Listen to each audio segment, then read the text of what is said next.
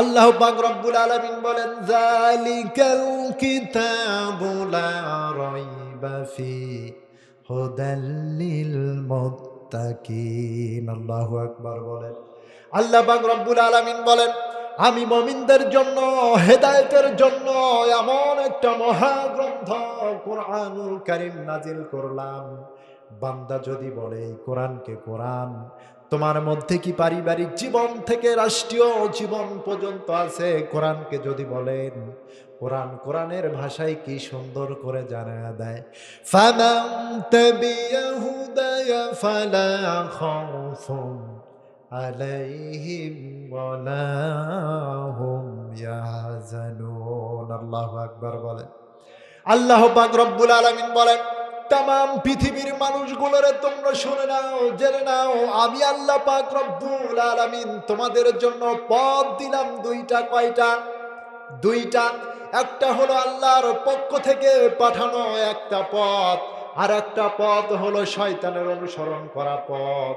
ওয়ালাকাদ বাআসনা ফি কুল্লি উম্মাতির রাসূলান, যারা মুহাম্মদ সাল্লাল্লাহু আলাইহি ওয়াসাল্লামের উম্মত, তারা কখনো শয়তানের অনুসরণ করতে পারে না। অনুসরণ করব কার?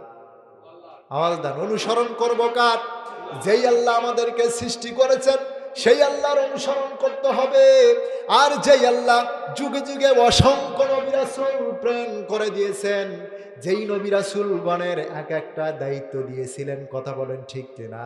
আল্লাহ পাক রব্বুল আলামিন কুরআনুল কারীমের মধ্যে এজন্য বলে দেয়, ওয়ালাকাদ বাআসনা ফি কুল্লি উম্মাতির রাসূলান আনি আবুদুল্লাহ ওয়াজতানিবুত তাগুত। আল্লাহু আকবার।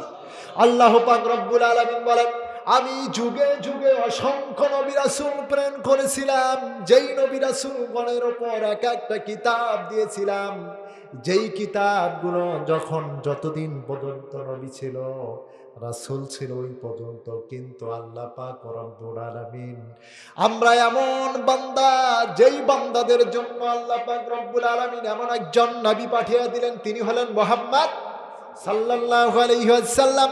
তিনি শুধু মুসলিম জাতির নবী নয়, মুসলিম জাতির নেতা নয়। আল্লাহ পাক রব্বুল আলামিন বললেন, আমি একজন নবী পাঠালাম, একজন রহমতের নবী সৃষ্টি করলাম, মায়ার নবী সৃষ্টি করলাম। সেই নবীকে আমি শুধু মুসলমান জাতির জন্য তৈরি করি নাই, আমি আল্লাহ পাক রব্বুল আলামিন ওই মুহাম্মদ সাল্লাল্লাহু আলাইহি ওয়াসাল্লামকে গোটা মানব জাতির জন্য সৃষ্টি করে দিলাম।